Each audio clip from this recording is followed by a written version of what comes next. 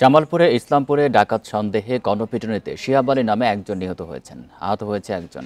ঘটনাস্থল থেকে অস্ত্র ও গুলি উদ্ধার করা হয়। বৃহস্পতিবার রাতে উপজেলার কুলকান্দি ইউনিয়নের জিগাতলা গ্রামে এই ঘটনা ঘটে। পুলিশ জানায়, দীর্ঘদিন ধরে ইসমাইল ডাকাতের একটি দল ডাকাতি করে আসছিল।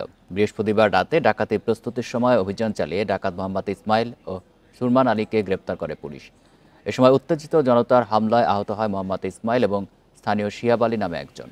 পরে তাদের উদ্ধার করে হাসপাতালে নেওয়া হলে শিহাব আলীকে মৃত ঘোষণা করেন চিকিৎসক।